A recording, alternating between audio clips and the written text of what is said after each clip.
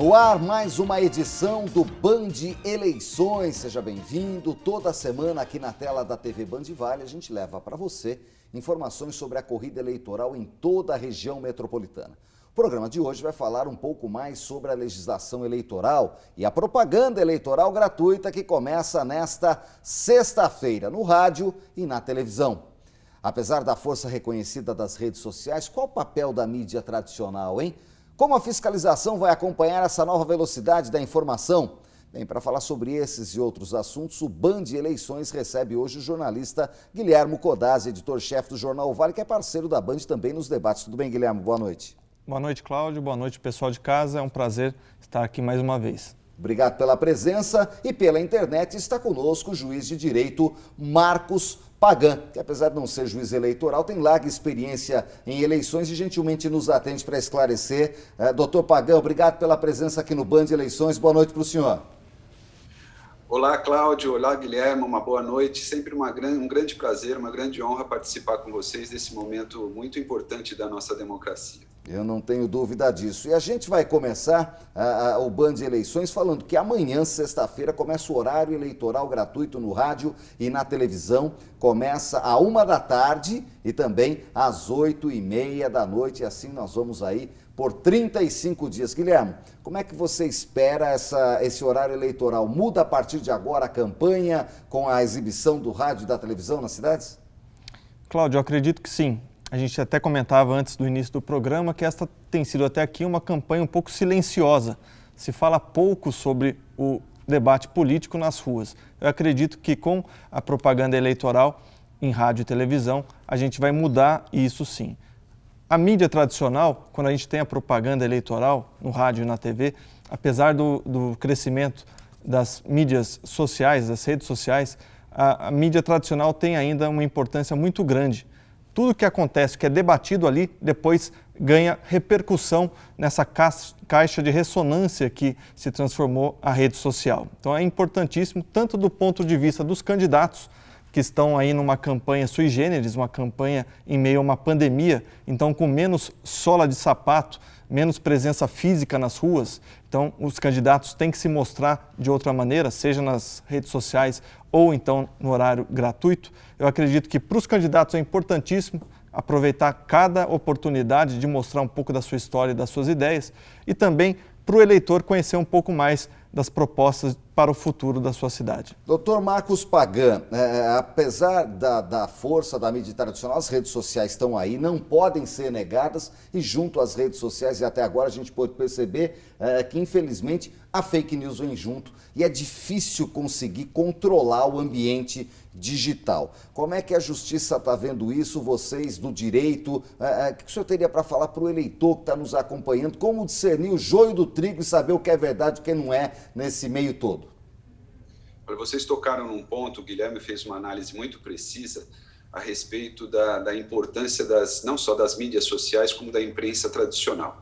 A verdade, Cláudio, é que a confiabilidade dos candidatos, ela é muito buscada, ela é originada das informações, né? Então, hoje, se o acesso às informações está bem facilitado por esse fenômeno muito recente, que é o fenômeno das redes sociais e da internet numa velocidade, numa abrangência muito grande, por outro lado, nós temos aí uma perda relacionada à credibilidade e até à boa-fé das informações que nela circulam. E aí eu acho que a combinação entre uma coisa e outra, ela é fundamental, sabe, Cláudio?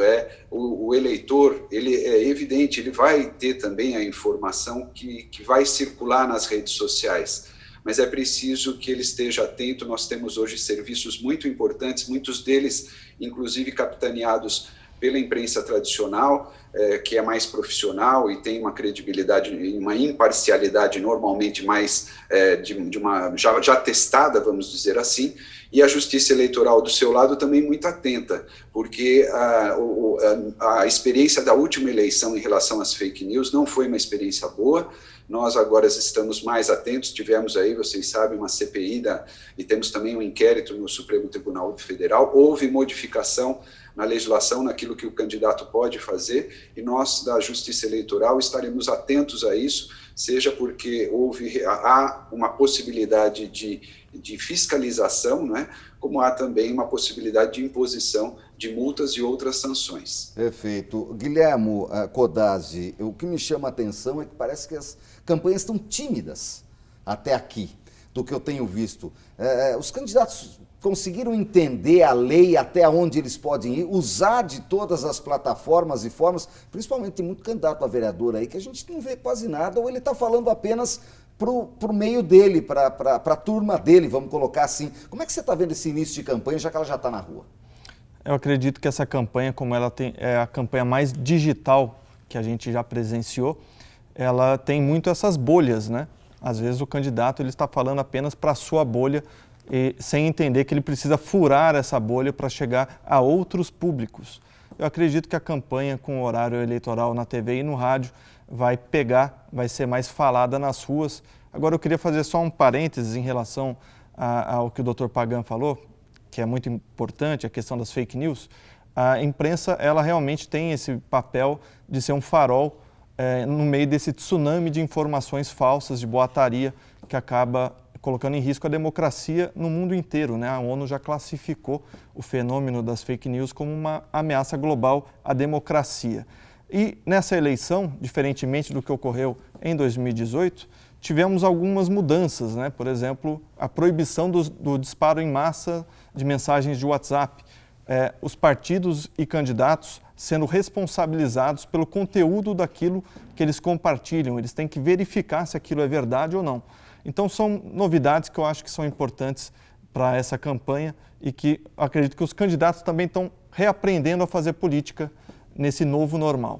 Até porque, doutor Pagana, a última eleição, há 2 anos, foi meio que terra de ninguém a internet, né? E aí a Justiça Eleitoral agora correu atrás, regrou muita coisa, e aí agora o pessoal sabe que pode ser punido. A regra está mais clara, inclusive, de fiscalização por parte da Justiça Eleitoral, né? Nós aprendemos com a última eleição, né? Embora ela tenha uma característica diferente, porque a eleição passada ela teve âmbito nacional, agora nós temos uma característica dessas eleições que elas são mais locais e regionais, né? Isso faz com que o tete-a-tete, o contato com o eleitor mais próximo do candidato, isso tem uma diferenciação, mas as redes sociais vão ter o mesmo peso que tiveram, mas com essas ressalvas que você mencionou. É evidente que a Justiça Eleitoral aprendeu, né, com o que aconteceu nas eleições passadas, e não só a Justiça Eleitoral, sabe, Cláudio? É importante dizer também que os próprios partidos e os candidatos que se autofiscalizam, né, que se retrofiscalizam, eles também aprenderam com isso. Então, eles vão ajudar a Justiça Eleitoral, como também os eleitores mais atentos e aqueles que estão mais preocupados com um cenário de jogo que seja efetivamente um cenário equitativo, né, que consiga dar as mesmas armas e obedecer as mesmas regras para todos os candidatos. Então, eu costumo dizer o seguinte em relação a isso: se um candidato ele viola regras, se ele não respeita a regra da eleição, o que ele vai fazer quando ele chegar ao cargo que ele pretende ocupar? Isso é uma reflexão a ser feita pelo eleitor, uma reflexão que ali a gente já tem uma amostra de como ele vai agir na vida pública. É importante também deixar claro, doutor Pagan, que quem se sentir tolhido de alguma forma, o site do TRE, que é de São Paulo, de onde a gente está, do TSE, hoje todos eles têm canais claros para denúncia de abusos ou de fake news, né? Perfeito, não só os sites, né, para aqueles que gostam, e hoje a gente tem uma agilidade muito maior, mas nós temos também o trabalho muito importante da Justiça Eleitoral pelos seus cartórios, o Ministério Público Eleitoral e os próprios partidos, como eu disse, né?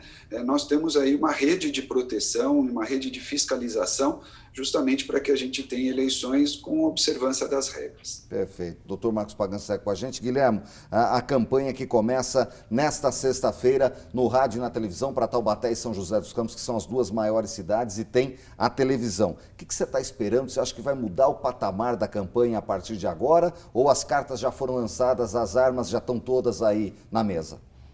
Eu acredito que pode mudar, sim, esse xadrez político nas duas maiores cidades da RM Vale. E os dois candidatos do PSDB são candidatos da situação, Felício Ramute, que busca a reeleição em São José dos Campos, e aqui em Taubaté, Eduardo Cursino, que busca a sucessão de Ortiz Júnior. Eles detêm os maiores tempos de TV e isso pode ser decisivo na campanha. Em 2018, tivemos uma situação muito atípica na eleição presidencial, em que o presidente eleito Jair Bolsonaro, então candidato pelo PSL, ele tinha pouco tempo de TV, mas soube usar muito bem as redes sociais. Eu acredito que isso não é uma regra. Claro que as redes sociais têm cada vez mais peso, mas ainda assim o tempo de TV no horário eleitoral é muito importante, se for bem utilizado. Aqui em São José e Taubaté, eles podem favorecer esses dois candidatos da situação, que têm mais tempo de TV e além disso, como a gente já viu aqui, inclusive no programa, os candidatos da situação, segundo analistas políticos, eles podem ser favorecidos nesse momento de crise, porque o eleitor quer menos uma mudança. Então, acredito que esses são fatores que podem favorecer candidatos da situação, no caso, candidatos do PSDB. Mas o pouco tempo de televisão e o sucesso de Jair Bolsonaro faz que muitos que têm pouco tempo de televisão e partidos pequenos entendam que possa ser a hora que esse é o caminho. Como é que você vê isso? A gente tem o próprio exemplo do PSDB. Geraldo Alckmin tinha o maior tempo de TV em 2018 e não soube aproveitar, ou seja, não conseguiu nem ir para o segundo turno. Então, o tempo de TV não vai definir se um candidato será vitorioso ou não. O candidato tem que saber explorar todas as plataformas, saber levar a sua mensagem, falar uma linguagem que o eleitor acredite, confie e falar o que ele quer saber, quais são as propostas para o futuro da cidade. E a mesma linguagem tanto na televisão, no rádio, quanto nas redes sociais. Não dá para ter uma coisa na televisão e outra na internet, né? Com certeza. E aí entra uma outra questão, pegando o gancho ainda do Dr. Pagan, que a gente estava falando sobre redes sociais, e um outro item importante que a gente tem nessa eleição é a proibição do fenômeno conhecido como raspagem, que é você pegar dados ilegalmente das redes sociais de eleitores para poder adaptar uma mensagem política que caia como uma luva para aquele eleitor. Então, isso é proibido pela Lei Geral de Proteção de Dados e apesar disso, a gente tem informações, a Folha de São Paulo fez uma matéria excelente esses dias, mostrando que há empresas ainda assim oferecendo disparos em massa ou raspagem de dados de internet. Mas o importante é o candidato saber utilizar bem as ferramentas que tem em mãos para fazer a sua mensagem chegar com clareza ao eleitor. E eu vou querer ouvir depois do intervalo do Dr. Marcos Pagan sobre a Lei Geral de Proteção de Dados, que está em vigor, que também mexe com a eleição. A gente vai falar mais sobre isso. A gente continua daqui a pouquinho. Depois de um rápido intervalo, tem mais Band Eleições aqui na tela da TV Band Vale. Até já.